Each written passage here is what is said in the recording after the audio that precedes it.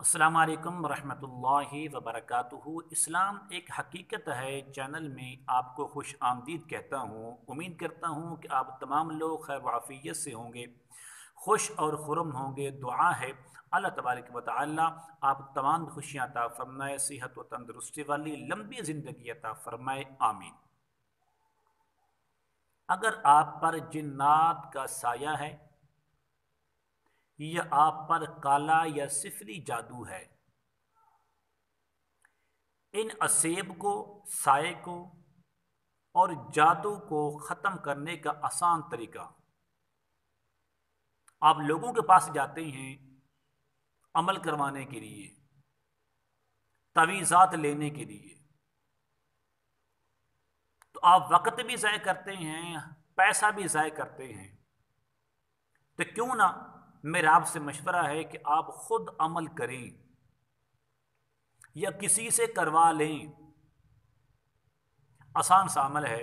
اگر آپ پر جادو ہے، کیا وہ کالا جادو ہو یا سفلی جادو ہو، یا آپ پر جنات کے اسیب ہیں، سایہ ہے جو ہر وقت آپ کو پریشان کرتے ہیں، آپ کو اذیتیں اور تکلیفیں دیتے ہیں، اس کو اتارنے کا، اس کو ختم کرنے کا، اس کو توڑ کرنے کا آسان سا عمل ہے، کوئی مشکل نہیں ہے۔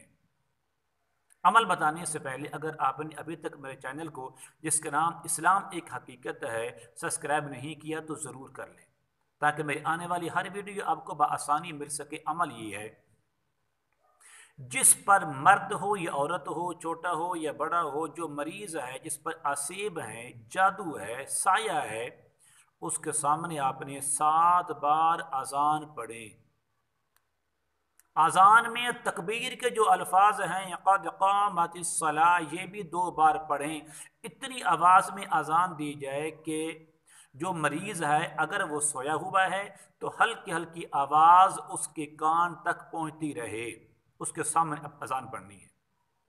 7 بار اذان پڑھنے کے بعد آپ نے سورۃ المؤمنون، جو 18ویں سپارے کی پہلی سورت ہے، اس کی جو آخری 4 آیاتیں ہیں، افحسبتم انما خلقناکم عبثا وانکم الینا لا ترجعون فتعالى الله الملك الحق لا اله الا هو رب العرش الكريم ومن يدع مع الله الها آخر لا برهان له به فانما حسابه عند ربه انه لا يفلح الكافرون وقل رب اغفر وارحم وانت خير الراحمين۔